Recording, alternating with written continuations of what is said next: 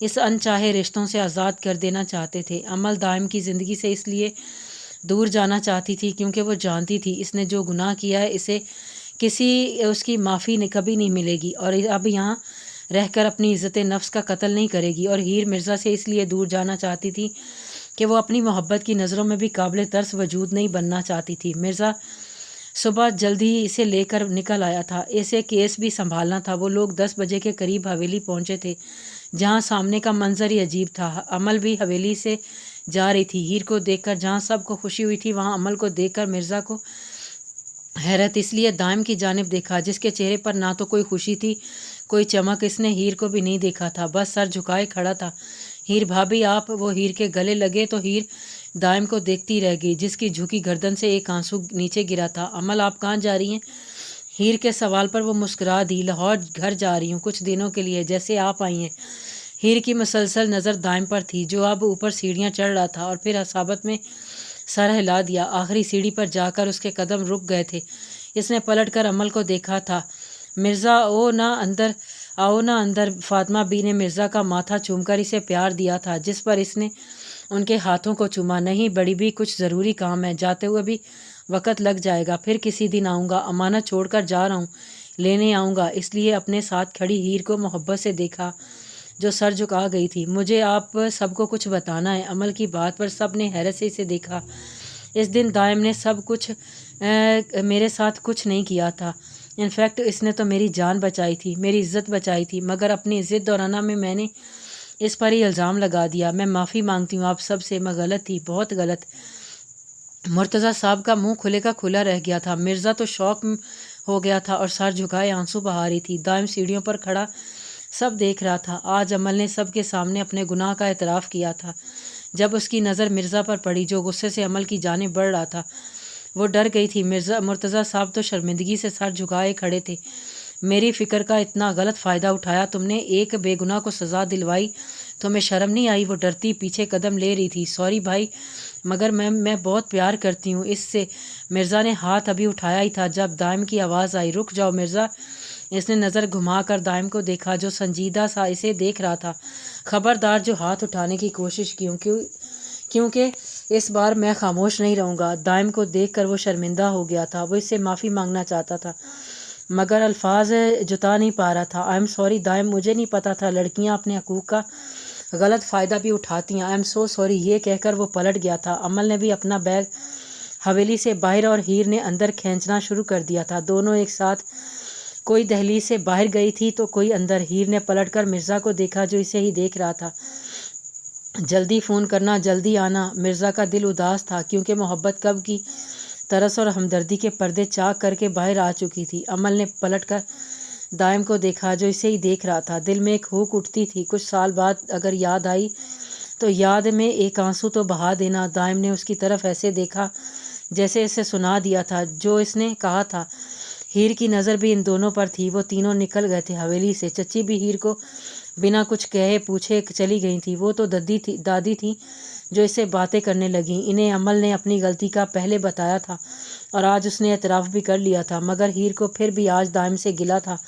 آخر سب سے فارغ ہو کر ہیر دائم کے کمرے میں گئی تھی۔ دائم باہر آؤ۔ ہیر کی آواز سن کر وہ باہر آیا۔ آس پاس کوئی نہ تھا۔ وہ کمرے کے دروازے میں کھڑی اسے باہر بلا رہی تھی۔ کیا بات ہے ہیر نے چند لمحے اسے دیکھا اور زوردار تھپڑ اس کے چہرے پر دے مارا۔ چھوڑ ہی دیا نا تم نے اسے؟ وہ شرمندگی سے سر جھکا گیا۔ ہیر تم نہیں جانتی اس نے میرے ساتھ نکاح کیسے کیا تھا، الزام لگایا تھا تم، لیکن دائم مجھے یہ بتاؤ کیا اس نے اس بات کی معافی نہیں مانگی تھی؟ ڈھیٹ بن گئی تھی۔ مجھے سچ سچ بتانا کیا کیا اس نے تم نے اس کے ساتھ؟ ہیر مجھے غصہ آتا تھا اس پر اپنی بے وقوف، اسے بالکل پتہ نہیں چلتا کیا بات کس سے کرنی ہے کس سے نہیں، عجیب حرکتیں کرتی تھی، لیکن محبت تو تم سے دل و جان سے کرتی تھی نا۔ دائم معافی کس چیز کا نام ہوتی ہے؟ اس نے معافی مانگی تھی۔ جب ہم اللہ سے یہ امید رکھتے ہیں ہمارے گناہ اللہ معاف کر دے گا تو ہم اپنے گناہ گاروں کو معاف کرنے کا ظرف کیوں نہیں رکھتے ہیں؟ یہ تو غلط ہے نا۔ اللہ سے اپنے گناہ بخشوا لیے اور اس کے بندوں کو معاف کرنے کی بجائے ان کے لیے سزائیں تکلیفیں مانگنے لگیں۔ جو اس نے کیا اس کی سزا تمہارے رویے نے اسے دے دی تھی۔ اتنا برداشت کرنے کے بعد بھی یہ تو حق نہیں بنتا تھا اسے نکالا جاتا۔ اپنی مرضی سے گئی ہے، میں نے نہیں نکالا اسے۔ جس پر ہیر بے بسی سے مسکرا دیا تھا۔ دائم ایک عورت کو اصل مقام اس کا شوہر دیتا ہے، اور اگر اس کا رویہ اس سے بہتر نہ ہو، وہ ساتھ ہوتے ہوئے بھی نہ ہو، تو اس کا اس گھر سے کوئی تعلق نہیں رہ جاتا۔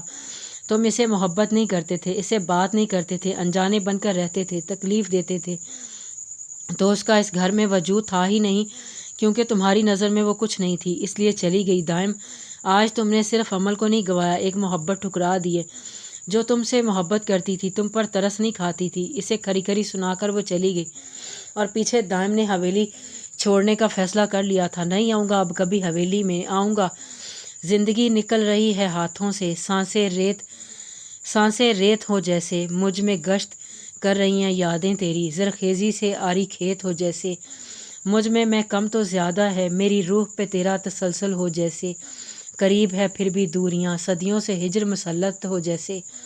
آج ارمان شرازی کی موت کو ایک ہفتہ گزر گیا تھا، اور 7 دن شرازی نے 7 صدیوں کی طرح گزارے تھے۔ ہیر کو چھوڑ کر آنے کے بعد مرزا کیس اور دانیال میں اتنا الجھ گیا تھا کہ اسے ہیر سے بات کرنے کا موقع ہی نہ مل سکا۔ دانیال بہت زیادہ خاموش رہنے لگا تھا۔ میڈیا میں یہ بات کچھ دن گرم رہ کر ٹھنڈی پڑنے لگی تھی۔ کمشنر صاحب اس بات کے لیے ان پر برس بھی چکے تھے۔ فریہ نارکوٹکس کو سٹڈیز کر رہی تھی۔ دائم حویلی سے اگلے دن ہی چلا گیا تھا۔ نہ اس نے اپنے باپ سے رابطہ کیا تھا، نہ ہی عمل سے۔ عمل اپنی زندگی میں اداس تھی، ایک ہفتے سے ایسے ہی خاموش تھی، جیسے ایک نہایت سنجیدہ انسان خاموشی طاری کر لیتا تھا۔ اب یہ خاموشی اس لیے تھی کہ وہ دائم سے دور ہو گئی تھی، یا اس لیے کہ اس نے صدمہ ہی ایسا لگا تھا؟ نعمان ڈاکٹر کے بیچ منان کو گود میں اٹھائے کھڑا تھا۔ اسے 3 دن سے ٹائیفائڈ تھا۔ کیا دوائیاں دے رہے ہیں آپ؟ میرے بیٹے تو ٹھیک ہی نہیں ہو رہا ہے۔ سر آپ فکر نہ کریں، ہم پوری کوشش کر رہے ہیں۔ اس نے غصے میں آ کر سب کو باہر نکال دیا تھا۔ وہ ننھا سا وجود بخار میں تپ رہا تھا۔ تکلیف ہوئی تو رونا شروع کر دیا۔ اب تو وہ مارگریٹا سے بھی نہیں چپ ہوتا تھا، ضد کرنے لگا تھا۔ مارگریٹا، تم تو رضائی ماں ہو نا، اس کی چپ کروا اسے۔ سر نہیں ہو رہا، میں نے بہت کوشش کی۔ سر ایک بات کہوں؟ اس نے سوالیہ نگاہوں سے مارگریٹا کو دیکھا تھا۔ سر اس کی ریئل مدر کو لے آئیں۔ ماں جو ہوتی ہے نا، ریئل میڈیسن ہوتی ہے۔ اس نے پرسوچ نظر سے مارگریٹا کو دیکھا۔ ایس پی مرزا ایوب باہر آؤ۔ کچھ دیر بعد میں نے نعمان شرازی خود ایس پی مرزا کے گھر پر موجود تھا۔ فریہ کچن میں کچھ کام کر رہی تھی۔ جب نعمان کی آواز سن کر سر سے پیر تک کانپ گئی تھی۔ نعمان یہاں کیا کرنے آئے ہیں؟ مرزا بھی حیرت سے کنگ اسے گھور رہا تھا۔ وہ ایک دم مرزا کے برابر اس کے قریب کھڑا ہو گیا تھا۔ دونوں ہی نظروں میں غصہ نفرت تھی۔ کیا کرنے آئے ہو یہاں؟ تمہاری ہمت کیسے ہوئی میرے گھر آنے کی؟ جب میں نے اس کھیل کو پرسنل نہیں کیا تو تم لوگوں نے اسے پرسنل کرنے کی کوشش کیوں کی؟ تمہارے آفیسرز نے میرے بھائی کا انکاؤنٹر کیا۔ ہر لفظ چبا چبا کر کہتا وہ مرزا پر رعب ڈالنے کی کوشش کر رہا تھا۔